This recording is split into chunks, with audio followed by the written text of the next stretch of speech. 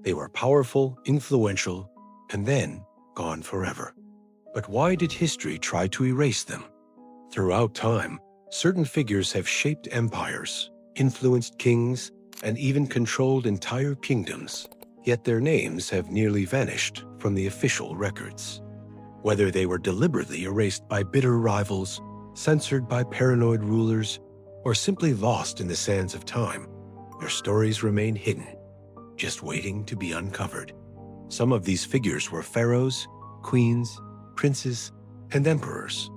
They made alliances, guided nations through turmoil, and commanded armies.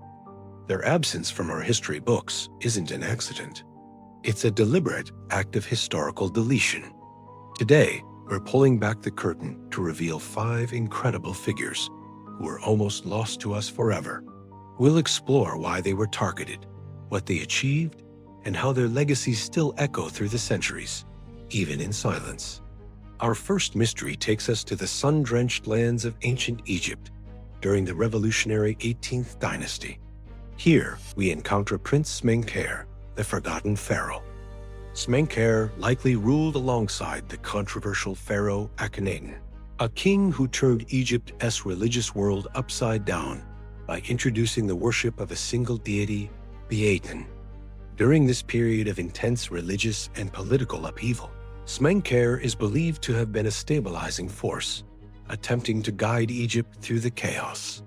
He was a key player, a co-ruler with immense responsibility, but his story ends abruptly. After Akhenaten's death, Smenkhare's name was systematically scratched off monuments. His cartouches were chiseled away, his images defaced. His tomb, the final resting place of a pharaoh, has never been found, leaving his ultimate fate shrouded in mystery. Why was he erased so thoroughly? The most likely theory is that succeeding rulers, desperate to restore the old gods and erase Akhenaten's radical legacy, decided that Smenkhare had to be forgotten too. By destroying his memory, they hoped to destroy the entire era of the Aten. He was collateral damage in a war for Egypt's soul. His erasure was so complete that for centuries, historians weren't even sure if he truly existed. Next, we journey to ancient China during the powerful Han Dynasty, a time of palace, intrigue, and brutal power struggles. Here we meet Prince Liu Rui, a young man whose popularity became his death sentence. Liu Rui was the son of Emperor Gaozu, the founder of the Han Dynasty. He was known to be bright, charismatic, and deeply loved by the military, seen by many as a more worthy heir than his older half-brother. His father, the emperor, openly favored him and even considered making him the crown prince. This, however, made him a direct threat to one of history's most formidable women, Empress Laozi, the mother of the official heir. She was ruthless, intelligent, and fiercely protective of her son's claim to the throne. As soon as Emperor Gaozu died, Empress Laozi wasted no time. She seized power as Empress Dowager and began methodically eliminating her rivals. Prince Liu Rui was her primary target. He was summoned to the capital, and despite his brother's attempts to protect him, he was poisoned. But his death wasn't enough for Empress Lao. She wanted to erase him from history itself. She ordered that records of his favor with his father be altered or removed, and his supporters were purged. Her goal was to ensure that no one would ever rally around his memory. His story serves as a chilling reminder that in the high-stakes game of thrones, being loved can be the most dangerous thing of all. Returning to Egypt, we find another story of a powerful woman whose voice was silenced, Queen Enkhsehnenmun. As the wife of the famous boy king Tutankhamun, she was at the very center of power in the Egyptian court. She was the daughter of Akhenaten and Nefertiti, and her marriage to Tutankhamun united two factions of the royal family. When Tutankhamun died unexpectedly at a young age, Enkhsehnenmun was left in a precarious and dangerous position. She was a young widow, the last of her royal line, and surrounded by ambitious men vying for the throne. In a desperate attempt to save herself and her kingdom, she did something unprecedented.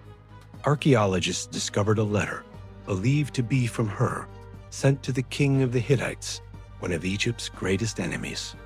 In it, she pleaded, "My husband has died, and I have no son. They say you have many sons. You might give me one of your sons, and he would become my husband. I would not want to take one of my servants and make him my husband." This was a shocking proposal, an offer to place a foreigner on the throne of Egypt. It was an act of pure desperation, but her plan failed.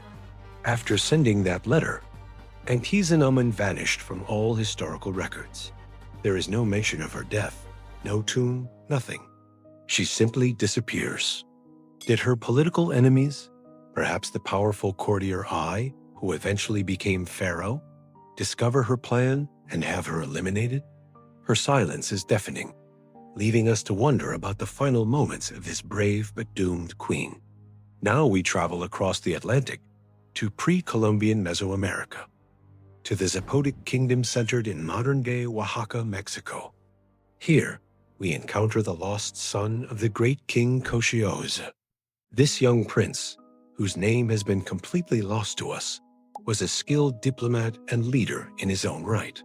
In the early 16th century, as the Spanish conquistadors began their aggressive expansion, this prince was instrumental in negotiating alliances and mounting a resistance that successfully held off the initial Spanish advances. He was a symbol of hope and indigenous strength. But when the Spanish conquest eventually overwhelmed the Zapotic kingdom, they implemented a brutal strategy of cultural and political erasure. To weaken the indigenous leadership and break the people's spirit, they systematically destroyed records, burned codices, and suppressed oral histories. The name and achievements of Koshioza's son were deliberately targeted. By erasing his identity, the Spanish hoped to erase the memory of resistance. They wanted future generations to believe that their leaders had been weak and their culture inferior. This wasn't a case of records being lost to time. It was a calculated act of cultural destruction, a weapon of conquest designed to ensure that the Zapotic people would forget their own heroes.